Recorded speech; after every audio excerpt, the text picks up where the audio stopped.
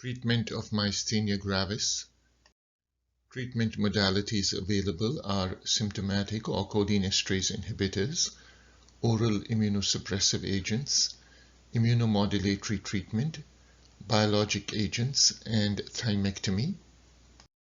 Symptomatic treatment, which is pyridostigmine, usually start with half a tablet or 30 milligrams 3 times a day, titrate up for symptom control, onset of action in about 30 minutes and duration of action 3 to 4 hours, doses more than 60 milligrams 3 to 4 times a day, seldom provide additional benefit and can cause side effects. Side effects include abdominal cramps, diarrhea, and muscle fasciculations. Oral immunosuppressives, corticosteroids, prednisone most commonly used, started in a dose of 40 to 60 milligrams per day in generalized myasthenia gravis and 20 to 30 milligrams per day in ocular myasthenia gravis. Once maximal response achieved, the dose is tapered over several months. Adverse effects are minimized by tapering to the lowest effective dose. Doses of 7.5 milligrams or less per day associated with better tolerability. Other oral immunosuppressives. These can be used if corticosteroids are contraindicated, or they fail to provide optimal disease control, or they cause unacceptable side effects.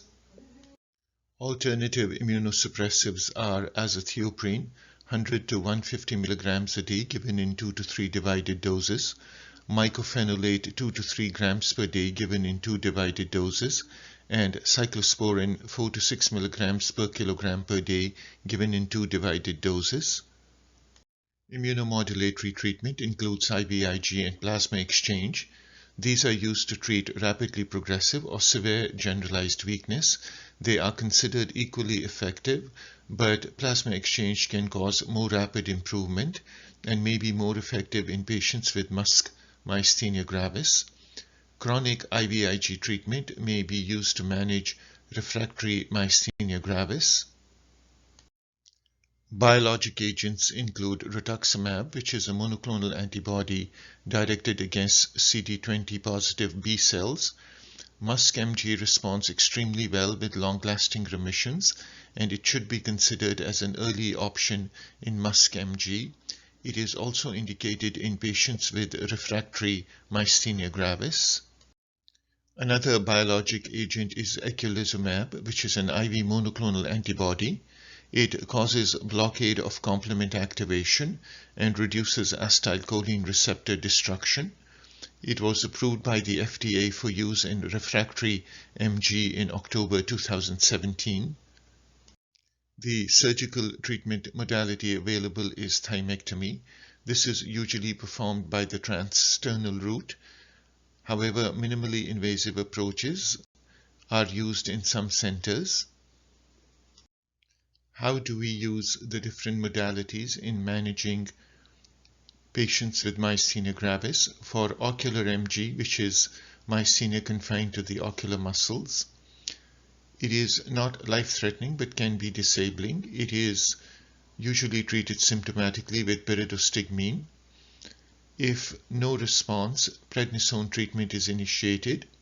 Thymectomy is really needed or performed. For generalized myasthenia gravis, which is disease that has spread beyond the eye muscles, immunosuppressive treatment is usually required. Treatment is initiated with prednisone.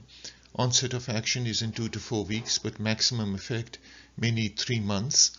Once improvement occurs, a tapering regimen is initiated. If indicated, alternative immunosuppressives such as azathioprine are started, and these may require 3 to 6 months to work effectively. For generalized myasthenia gravis not responding to these agents or refractory MG, eculizumab or rituximab can be used. Surgical treatment. Patients found to have thymoma on chest CT should undergo thymectomy. Thymectomy also performed in non-thymoma patients who are less than 65, who are acetylcholine receptor antibody positive, and who have generalized MG.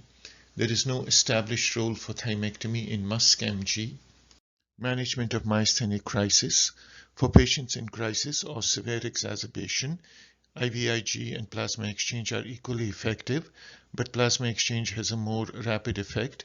Cholinesterase inhibitors are often ineffective and have the disadvantage of increasing tracheobronchial and oral secretions.